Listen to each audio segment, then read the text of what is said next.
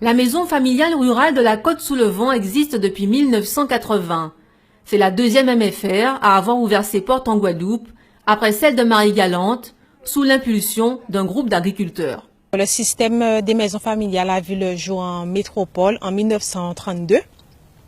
Donc c'était aussi grâce à un agriculteur. Donc on a eu des agriculteurs sur la Côte-sous-le-Vent qui se sont dit pourquoi eux aussi ne pourraient pas permettre à leurs enfants d'apprendre tout en découvrant leur métier. Et depuis lors, donc en 1980, il y a eu des personnes très volontaires qui se sont investies, qui ont fait du porte-à-porte. Je pense à par exemple Madame Kangou-Paul, qui est membre fondatrice de la MFR, donc qui a fait toutes les côtes de la Guadeloupe pour inciter justement les autres agriculteurs à pouvoir proposer ce système scolaire qui proposait l'alternance. Il est possible d'intégrer l'établissement en classe de 4e. Comme dans toutes les MFR, on y propose une pédagogie de l'alternance.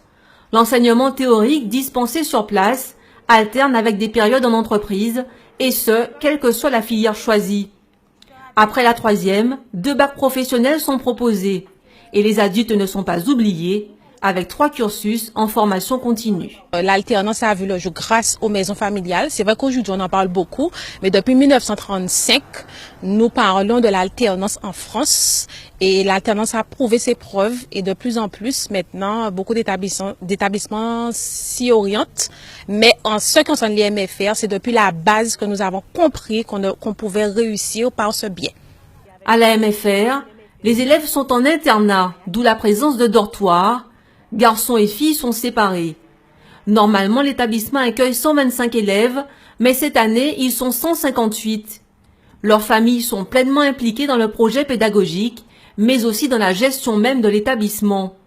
Son conseil d'administration est dirigé par 21 personnes, dont 90% de parents d'élèves.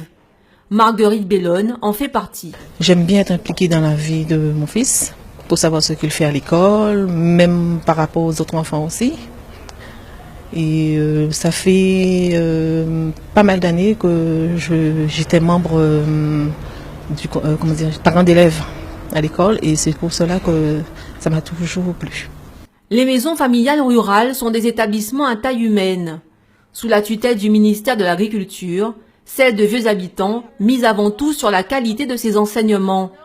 Elle compte aussi améliorer les conditions de vie de ses élèves en agrandissant bientôt son espace.